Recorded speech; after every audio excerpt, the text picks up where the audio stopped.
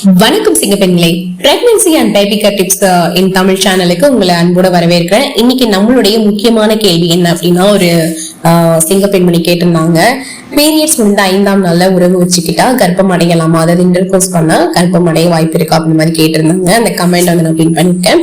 So இது நிறைய பேருக்கு குழப்பமாவே இருக்கும். அவங்களுக்கு மட்டும்தான் அந்த குழப்பம் அப்படிங்கிறது கிடையாது, எல்லாருக்குமே வந்து இந்த குழப்பம் இருக்கும். இருந்தாலும் அவங்களுக்கு வந்துட்டு இந்த வீடியோவை பார்க்கும்போது நல்லாவே தெளிவாவே புரியும் அப்படின்னு நம்புறேன்.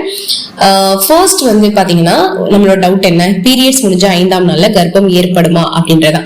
ஃபர்ஸ்ட் நம்மளோட மென்சுரல் சைக்கிள், அது மாதவிடாய் சுழற்சியை நம்ம புரிஞ்சுக்கணுங்க. சாதாரணமா மாதவிடாய் சுழற்சி வந்து பாத்தீங்கன்னா 28 நாள்ல இருந்து 30 நாள் வரைக்கும் இருக்கும் இல்லையா. ஒருத்தருக்கு 28 நாள் இருக்கும், இன்னொருத்தருக்கு வந்து பாத்தீங்கன்னா 30 நாள் இருக்கும். ஒவ்வொருத்தரோட பாடி கண்டிஷனை பொறுத்து இருக்கும். அதே மாதிரி சராசரியா 14ஆம் நாள்ல 28 இல்ல 30 இப்படி இருக்கும்போது அவங்களுக்கு ஓவுலேஷன் டைம் எப்போன்னு கேட்டீங்கன்னா 14ஆம் நாள்ல தான் அந்த அண்டச்சிறைவுன்னு சொல்ற அந்த முக்கியமான அந்த ஓவுலேஷன் டே வந்து ஏற்படும். அதுதான் கர்ப்பம் அடையக்கூடிய முக்கியமான கட்டங்க. சரி, இப்போ பீரியட்ஸ் முடிந்த 5ஆம் நாள் அப்படின்னா எந்த நிலையில வந்து இருக்கும்னு கேட்கலாம். மாதவிடாய் முடிஞ்சதுல இருந்து கர்ப்பம் அடையக்கூடிய வாய்ப்பு குறைவா இருக்கும் சில பேருக்கு. காரணம் என்னன்னா, முடிஞ்சது உடனடியா வந்து முட்டை உருவாகாது, அதுதான். ஆனா சிலருக்கு வந்து பாத்தீங்கன்னா 21 நாள்லயே வந்து வந்துரும், இல்லைன்னா சில பேருக்கு 24 நாட்கள்ல வந்துரும். அப்படிப்பட்டவங்களுக்கு இந்த 5th டே வந்து நம்ம இருந்தோம் அப்படின்னா வந்து அவங்களுக்கு வந்து வாய்ப்பு அதிகமா இருக்கும். சரிங்களா?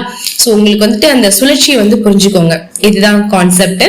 சில முக்கியமான காரணிகள் வந்து பாத்தீங்கன்னா, உங்களோட சுழற்சி குறைந்த நாட்களா இருந்ததுன்னா, அதாவது நான் சொன்னேன் இல்லையா, 21 நாளோ இல்லைன்னா 24 நாட்களோ மாதவிடாய் சுழற்சி கொண்ட பெண்களுக்கு 5ஆம் நாள்ல உறவு வச்சுக்கிட்டா கர்ப்பம் கண்டிப்பா ஏற்பட வாய்ப்பு இருக்கு நிறையவே. அதே மாதிரி அவங்களோட ஸ்பெர்ம் லைஃப் டைம் வந்து, அதை விந்து வாழ்ற காலம் வந்து பாத்தீங்கன்னா 3ல இருந்து 5 நாட்கள் வரைக்கும் வாழக்கூடியதுனால 5ஆம் நாள்ல உறவு வச்சுக்கிட்டா 9 to 10ஆம் நாள்ல உண்டாகிற முட்டையோட சேர்ந்து கர்ப்பம் ஏற்படுற வாய்ப்பு கண்டிப்பா இருக்கு. சோ உங்களுக்கு வந்துட்டு பாத்தீங்கன்னா 20ல இருந்து 21 நாள்ல இருந்து 24 நாளுக்கு இந்த மாதிரி மாதவிடாய் சுழற்சி ஏற்பட்டாலும் நீங்க வந்து கண்டிப்பா இன்டர்கோர்ஸ் பண்ணலாம். ஓகேங்களா? அதே மாதிரி இர்ரெகுலர் பீரியட்ஸ் வந்து வருதுன்னு வச்சுக்கோங்களேன். ஒருத்தர் வந்து பாத்தீங்கன்னா ஒழுங்கற்ற மாதவிடாய் இருக்கும். சோ இவங்களும் வந்து பாத்தீங்கன்னா ஓவுலேஷன் டைம் எப்போ வந்து 40 டேஸ்ல தான் ஆகும்னு கணிக்க முடியாது. சோ அவங்க என்ன பண்ணலாம் அப்படின்னா, தாராளமா அந்த 5th டே வந்துட்டு இன்டர்கோர்ஸ்ல வந்து பண்ணலாம். அதனால அவங்களுக்கு வந்து வாய்ப்பு அதிகமாவே இருக்கலாம். சரிங்களா? இப்போ கர்ப்பம் அடையணுமா தவிர்க்கணுமா? இப்போ நிறைய பேருக்கு வந்து கர்ப்பம் அடையணும் அப்படின்றதுதான் குறிக்கோளா இருக்கும் இல்லையா. சோ அவங்களுக்கு என்ன டிப்ஸ் சொல்றேன்னா, ஓவுலேஷன் டைம் சரியா கணிச்சு அதை ட்ரை பண்ணுங்க. பரிசோதனைக்காக ஓவுலேஷன் டெஸ்ட் கிட் கூட நீங்க யூஸ் பண்ணலாம். ஆரோக்கியமான உணவு, உடற்பயிற்சி எல்லாம் நீங்க பண்ணுங்க. ஓகேங்களா? இப்போ இதை தவிர்க்கணும், கர்ப்பத்தை தவிர்க்கணும் அப்படின்னு நினைக்கிறவங்களுக்கு ஒரு சின்ன டிப்ஸ் சொல்லிடுறேன். பாதுகாப்பான முறைகளை யூஸ் பண்ணுங்க. கர்ப்பத்துக்கான நாட்களை கணிச்சு நீங்க உறவு வச்சுக்கிட்டீங்கன்னா அதுல இருந்து தவிர்க்கலாம். சரியா?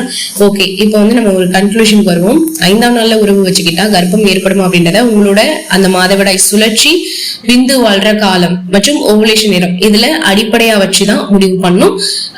சோ நீங்க ஓவுலேஷன் கிட் வாங்கி செக் பண்ணி பாருங்க. 5th டேல இருந்து நீங்க இருந்து பாருங்க, ஒன்னும் பிரச்சனை இல்லை. இன்டர்கோர்ஸ்ல நீங்க இருந்து பாருங்க. ஓகேங்களா? அண்ட் இந்த தகவல் உங்களுக்கு யூஸ்ஃபுல்லா இருந்ததுன்னா உங்களோட கேள்விகள், சந்தேகங்களை கமெண்ட்ல எழுதி தெரியப்படுத்துங்க. வீடியோ பிடிச்சிருந்தா லைக், ஷேர் அண்ட் சப்ஸ்கிரைப் செய்ய மறக்காதீங்க. அண்ட் முக்கியமா பெல் ஐக்கான் நீங்க கிளிக் பண்ணுங்க. அப்பதான் நம்ம சேனலோட புதிய வீடியோக்கள் எல்லாமே நீங்க மிஸ் ஆகாம பார்க்க முடியும். சரிங்களா? ஓகே சிங்கப்பெண்களே, அகைன் உங்களை நெக்ஸ்ட் வீடியோல மீட் பண்றேன். Until then, thank you so much. Take care.